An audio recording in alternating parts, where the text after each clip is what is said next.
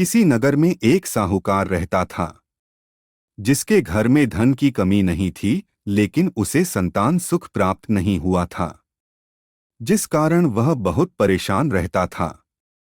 पुत्र प्राप्ति की इच्छा से वह हर सोमवार व्रत भी रखता था और पूरी श्रद्धा के साथ शिव मंदिर जाकर भगवान शिव और पार्वती जी की आराधना करता था।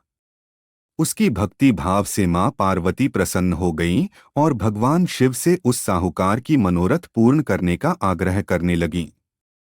पार्वती जी की इच्छा सुनकर भगवान शिव ने कहा कि हे पार्वती, इस संसार में हर प्राणी को उसके कर्मों का फल मिलता है और जिसके भाग्य में जो है उसे भोगना पड़ता है। लेकिन पार्वती जी ने साहूकार की भक्ति का मान रखने के लिए उसकी मनोकामना पूर्ण करने के लिए कहा। पार्वती के आग्रह पर शिवजी ने साहूकार को पुत्र प्राप्ति का वरदान दिया, लेकिन साथ ही यह भी कहा कि इस बालक की उम्र केवल 12 वर्ष ही होगी।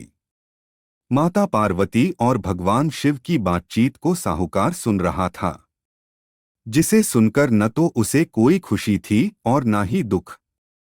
वह पहले की तरह ही शिवजी की पूजा करता रहा।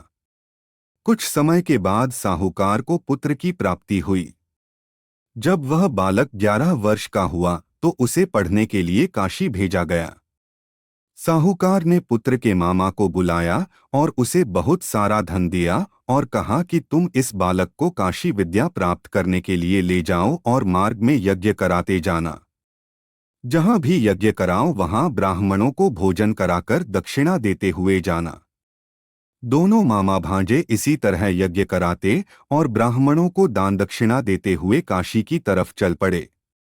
रास्ते में एक नगर पड़ा जहां नगर के राजा की कन्या का विवाह था, लेकिन जिस राजकुमार से उसका विवाह होने था वह एक आंख से काना था, जिसकी जानकारी लड़की और उसके घरवालों को नहीं थी।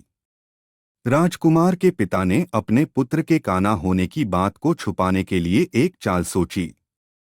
साहूकार के पुत्र को देखकर उसने सोचा कि क्यों न इस लड़के को ही दूल्हा बनाकर राजकुमारी से विवाह करा दिया जाए।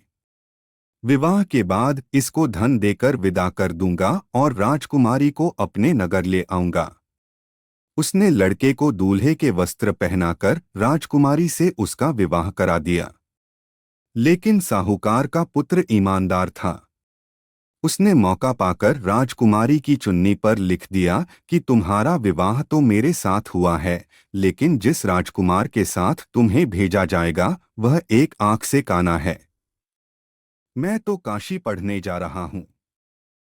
जब शिवजी मृत बालक के समीप गए तो वह बोले कि यह उसी साहूकार का पुत्र है जिसे मैंने 12 वर्ष की आयु का वरदान दिया। अब इसकी आयु पूरी हो चुकी है। लेकिन मातृभाव से विभोर माता पार्वती ने कहा कि हे महादेव, आप इस बालक को और आयु देने की कृपा करें, अन्यथा इसके वियोग में इसके माता पिता भी तड़प तड़प कर मर जाएंगे।